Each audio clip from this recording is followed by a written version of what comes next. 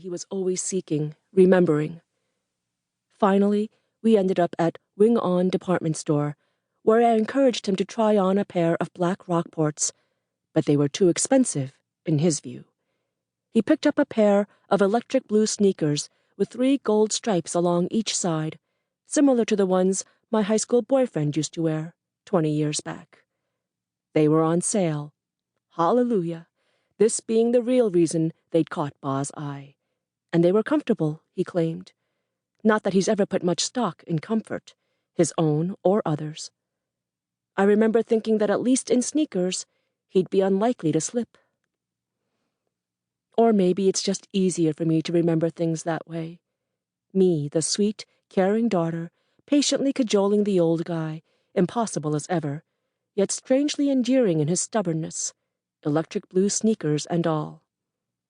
In reality, on that day, I probably saw him as nothing close to endearing. The self-entitled frugality, the insistence on his way or the highway, the past he's always seeking to resurrect and wear like a badge of honor. All these things would have driven me crazy, his small, inescapable presence casting shadows over my mood. But in seeing us in a soft, forgiving light, in telling myself these tales that make us seem more like a normal family, I'm doing what my sisters long accused me of doing.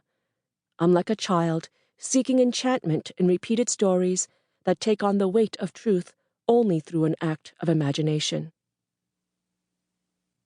The tiny cup of green tea on the tray quivers, along with my stomach. It's overwhelmingly strong and bitter, the tea bag immersed in barely 2 sips of hot water. The seatbelt sign chimes on. Mine's already buckled, but I tighten it until it cuts into my hip bones. Not that it'll do much good if we plunge into the ocean. I glance over at my sister, across the aisle, fast asleep. The man beside her is flipping through Harvard Business Review, the reading light casting a warm beam on his mottled complexion.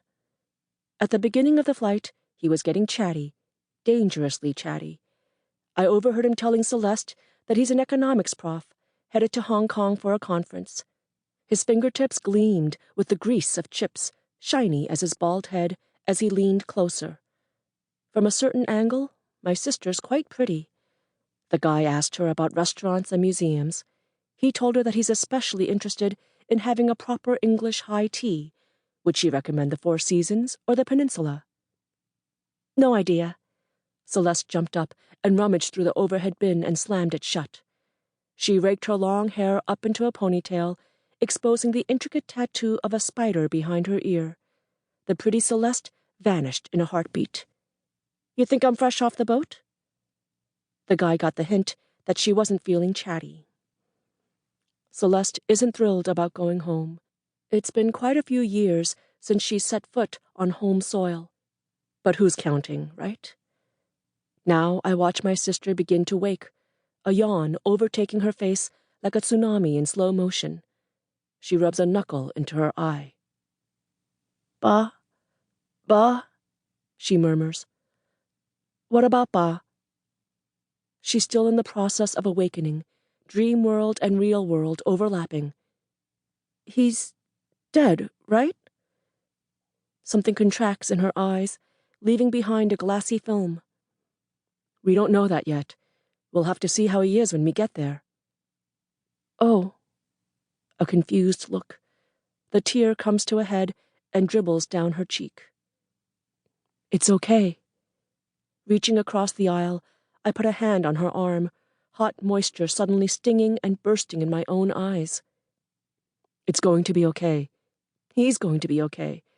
After all, he's tougher than he looks, right? I can't help but see our father as strong as an ox, despite his bad back.